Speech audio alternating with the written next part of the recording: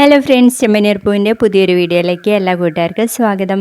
അങ്ങനെ മീരയുടെ അടുത്ത് ശ്രുതി പറയുന്നുണ്ട്, ചന്ദ്രോദയത്തിലെ കാര്യങ്ങൾ അറിയാൻ ഏറ്റവും നല്ലത് ബാമാൻറ്റി തന്നെയാ എന്ന് പറയുമ്പോൾ മീര ചോദിക്കുന്നുണ്ട് കേട്ടോ, നിന്റെ ആൻറ്റിയും ബാമാൻറ്റിയും തമ്മിൽ ക്ലോസ് ഫ്രണ്ട് അല്ലേ, അവർ നിന്റെ ആൻറ്റിയെ ചതിക്കുമെന്ന്. പിന്നില്ലാതെ ബാമാൻറ്റിയുടെ വീക്ക്നെസ് പോയിന്റ് എന്താന്നൊക്കെ എനിക്കറിയാം, ഞാനതിൽ പിടിച്ച് തൂങ്ങും. ഞാൻ അവരെ കൊണ്ട് സ്പൈ വർക്ക് ചെയ്യിപ്പിക്കും. നാളെ രാവിലെ തന്നെ ബാമാൻറ്റിയെ കാണണം എന്നൊക്കെ പറഞ്ഞ് നിൽക്കുവാണ്. അതിനുശേഷം കാണിക്കുന്നത് നമ്മുടെ ബാമയുടെ വീട്ടിലെത്തുന്നതാട്ടോ. അവിടെ ചെന്ന് ഭയങ്കര സീനാണ്. ആൻറ്റി, ഞാൻ ഇങ്ങനെയൊക്കെ ആയിട്ട് എന്തിനാ ജീവിച്ചിരിക്കുന്നേ, എനിക്ക് മരിച്ചാ മതി, കരയാൻ പോലും ആളില്ല എന്നൊക്കെ പറഞ്ഞപ്പോൾ മീര പറയാ, ആ മരിച്ചാൽ കരയാൻ മീരയും ബാമാൻറ്റിയും ഉണ്ടെന്ന്. ആ പറഞ്ഞത് സത്യമല്ല ആൻറ്റി. ആൻറ്റിയുടെ മകൻ ആൻറ്റിയെ തിരിഞ്ഞു നോക്കുന്നില്ല, അദ്ദേഹം ആണെങ്കിൽ ഇങ്ങോട്ട് വരുന്ന മറ്റും കാണുന്നില്ല. പിന്നെ ഈ വയസ്സാം കാലത്ത് നാട്ടുകാർ പിടിച്ച് വൃദ്ധസദനത്തിലാക്കുന്നതിലും ഭേദമല്ല ആൻറ്റി ഞാൻ നോക്കുന്നത്. ആൻറ്റിയെ എനിക്ക് അത്രയ്ക്ക് ഇഷ്ടമാന്നൊക്കെ പറഞ്ഞിട്ട് സോപ്പിടാണേ. അന്നേരം ആ ഒരു കള്ളക്കണ്ണീരിൽ വീണുവാണ് നമ്മുടെ ബാമ. മോളെ നീ എന്നൊക്കെ പറഞ്ഞിട്ട് ഭയങ്കര കെട്ടിപ്പിടുത്തവും കരച്ചിലൊക്കെ ആണ് കേട്ടോ.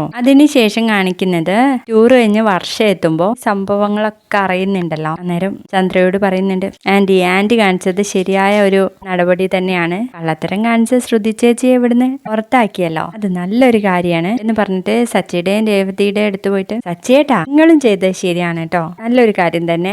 ആ ബീരാനെ പിടിച്ച് ഇവിടെ എത്തി കള്ളത്തരൊക്കെ പൊളിച്ചില്ലേ, അതിനാദ്യം നിങ്ങൾക്ക് കൈ തരണം എന്ന് പറഞ്ഞിട്ട് കൺഗ്രാറ്റുലേഷൻസ് എന്നൊക്കെ പറഞ്ഞിട്ട് കൈ കൊടുക്കാണ് രണ്ടുപേരുടെയും അടുത്ത്. അതിനുശേഷം ചന്ദ്രയുടെ അടുത്ത് ഓടി വന്നിട്ട് പറയും, ആൻറ്റി അതിനു മുൻപേ ഞാൻ ആൻറ്റിക്കാണ് കൈ തരണ്ടേ, ആൻറ്റിയാണല്ലോ ചേച്ചി എവിടുന്ന് പുറത്താക്കിയേ എന്നൊക്കെ പറഞ്ഞു വരുമ്പോഴേക്കും നമ്മുടെ സുധി അങ്ങോട്ടേക്ക് വരുവേ. സുധിയോടും പറയുന്നുണ്ട് വർഷ, എന്നാലും എന്റെ സുധി ചേട്ടാ നിങ്ങൾക്ക് ഇപ്പൊ ആശ്വാസമായി കാണുമല്ലോ, വലിയൊരു ബാധയല്ലേ ഇറങ്ങിപ്പോയത്, അവരുടെ കൂടെയൊക്കെ എങ്ങനെ വിശ്വസിച്ച് ജീവിക്കുന്ന നല്ലൊരു കാര്യമല്ലേ ഇവര് ചെയ്തതെന്നൊക്കെ പറയുമ്പോൾ നമ്മുടെ ശ്രീകാന്ത് പറയും, നീ ഒന്നും മിണ്ടാതിരിക്കും വർഷേ, സുധിച്ചേട്ടൻ ഇപ്പൊ ആശ്വാസത്തോടെയാണോ നിൽക്കുന്നേ, നല്ല സങ്കടമുണ്ട് സുധിച്ചേട്ടന് എന്നൊക്കെ പറയുമ്പോൾ സങ്കടത്തോടെ നിൽക്കാട്ടോ നമ്മുടെ സുധി.